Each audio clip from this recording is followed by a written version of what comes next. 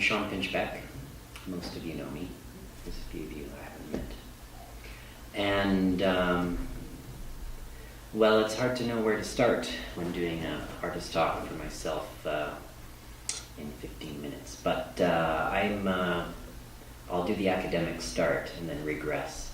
I'm currently doing my PhD at the University of Birmingham in the UK, where they have the world-famous beast, the Birmingham Electroacoustic Sound Theatre, which is their 90-speaker sound system. And I actually did my master's degree there as well.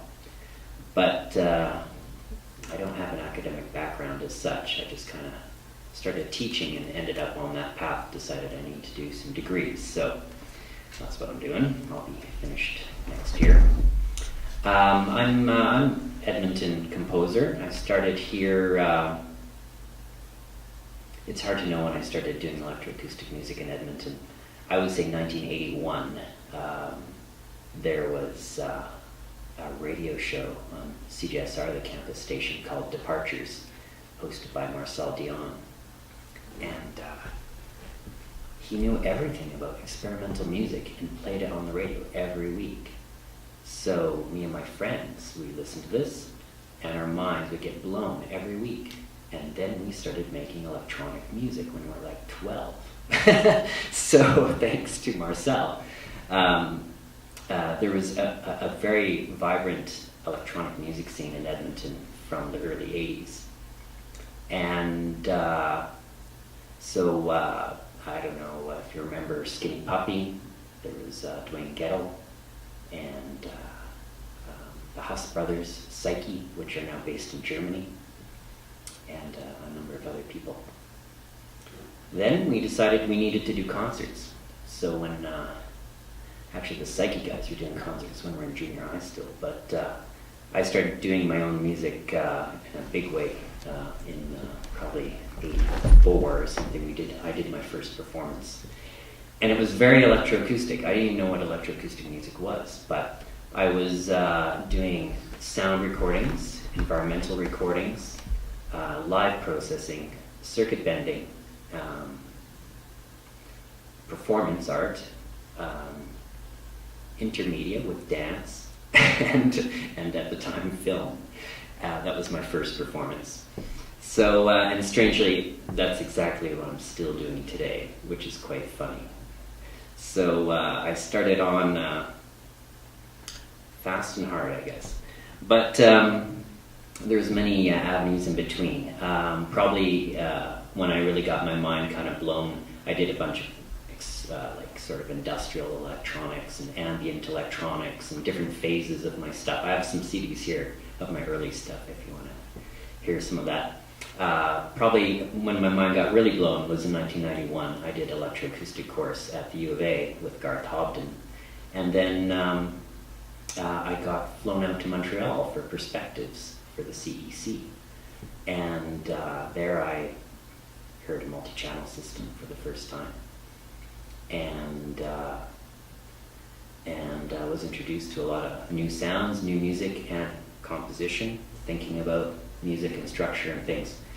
And then shortly after that, I did the computer art intensive at Simon Fraser University, which was an interactive art sort of hotbed.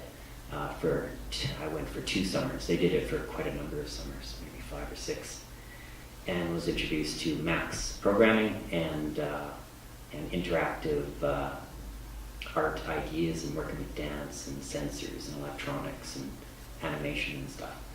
So these 2 things really, at the same time, have formed what I've been doing since then. And parallel to this, I've been involved with BEAMS, the Boreal Electroacoustic Music Society. And I was pretty young when it started, 89, and I was more interested in doing my own music at that time, but I did get a bit involved. But it wasn't until about 91 when Marcel Dion and one of the other founders of BEAMS just sort of bowed out. And I took it over and curated electroacoustic stuff for about 12 years, pretty non-stop through the 90s and early 2000s here. So I don't often talk about my creative output as my curating stuff, but it really is. because I really love curating, and it does form sort of in my creative process and how I think about art and whatnot. And I see it as a huge tool for putting things in perspective as you're getting into different ideas. Creatively, it's like, well, we need the guy that does stuff like that come to Edmonton and produce some performances and blow some minds for a weekend or two. So that's what I used to do. I used to fly people in quite regular of stuff that I was really interested in. So we have done a number of festivals over the years as Beams, and I have to say, when I met Scott last year, the first thing we talked about was doing a festival in Edmonton, which was, here it is. That's great that it happened. But I'll get into my creative work currently. That's probably where this is leading.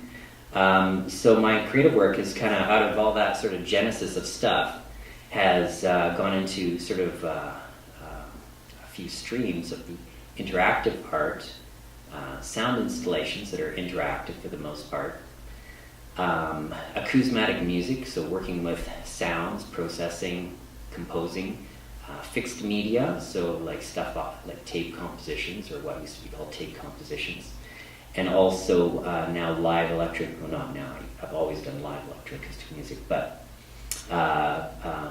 live performance with sounds, mixing, processing, improvising with live sounds on the fly. And so I'll play a little bit, maybe starting into 2 minutes into Ayulenuline. This is a piece I did in 2004 in Birmingham for the Beast system.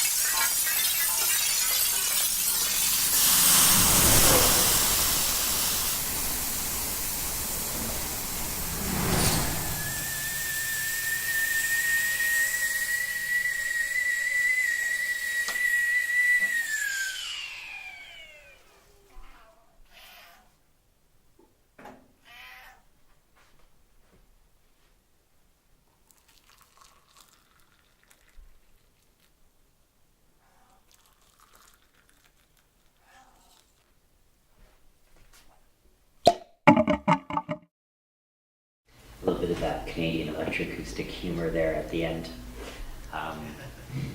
That's always a crowd pleaser at the electroacoustic conferences.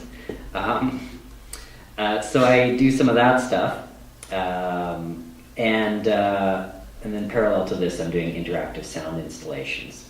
You can bring up Sonic Spaces, the thing there, Jeff, and start at. I'll just explain what this piece is. Start at about 1 minute 11 seconds, somewhere there. And don't play it yet, I'll just explain. This is an interactive piece. It's installed right now at the Ortona Armory, so tonight if you come to the party after the concert, then you can check this out.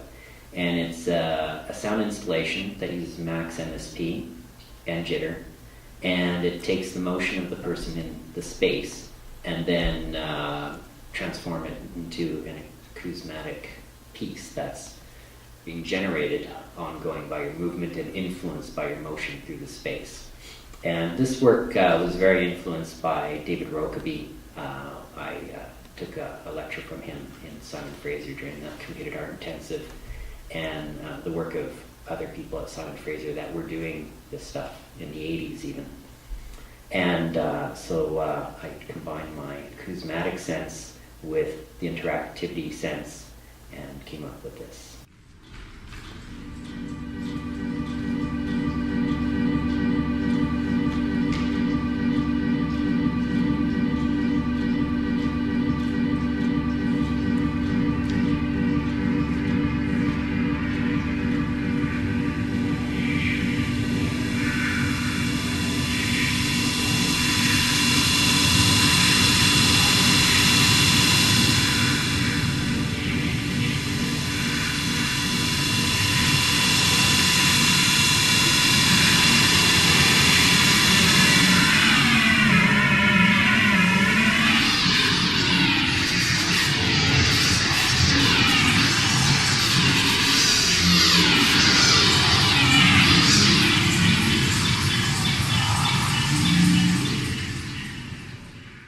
So this, it's very different from time to time when you go into the space. So it depends what you're doing in there, how active it is, and what it sounds like.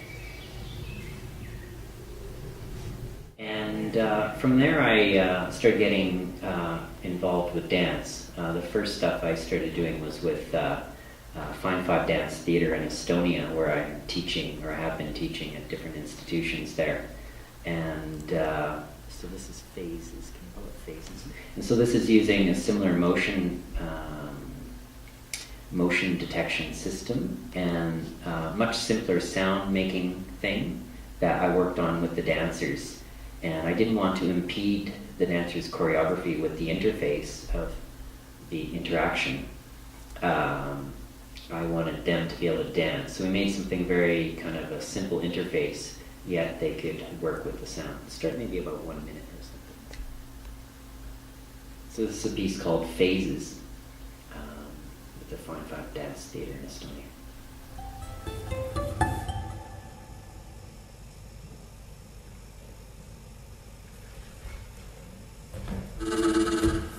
Scrubs.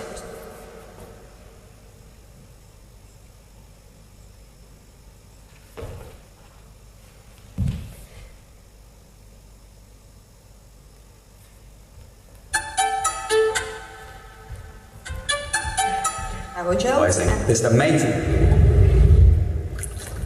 To give life to her fine hair. Her makeup regime includes a blusher, bronzer, eyeliner.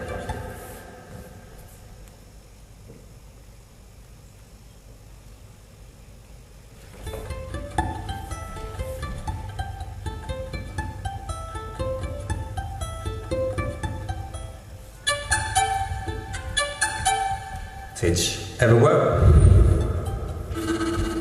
Breath. She also cleans her teeth.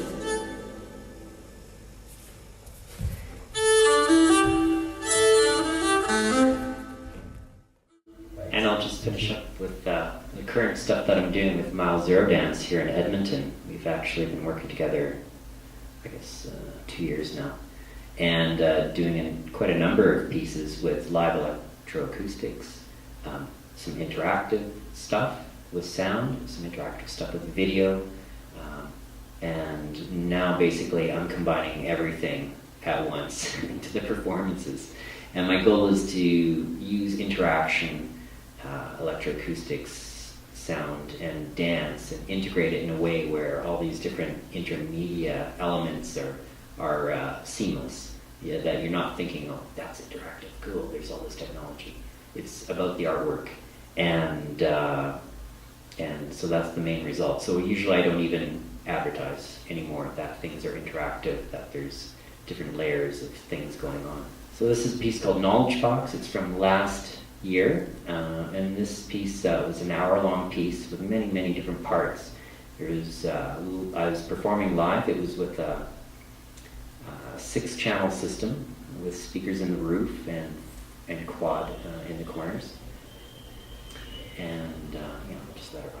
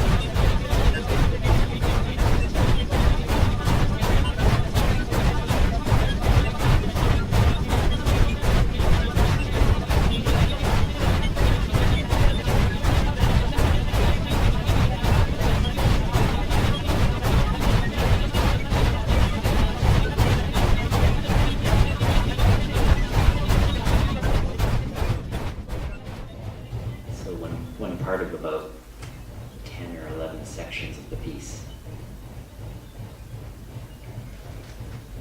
And and coming up currently, I think I have a piece coming up at the Ars Electronica Center at Linz. It looks like maybe in December, with an Estonian artist, one of my former students, Pive Firma, and who knows what that's going to be. We'll see.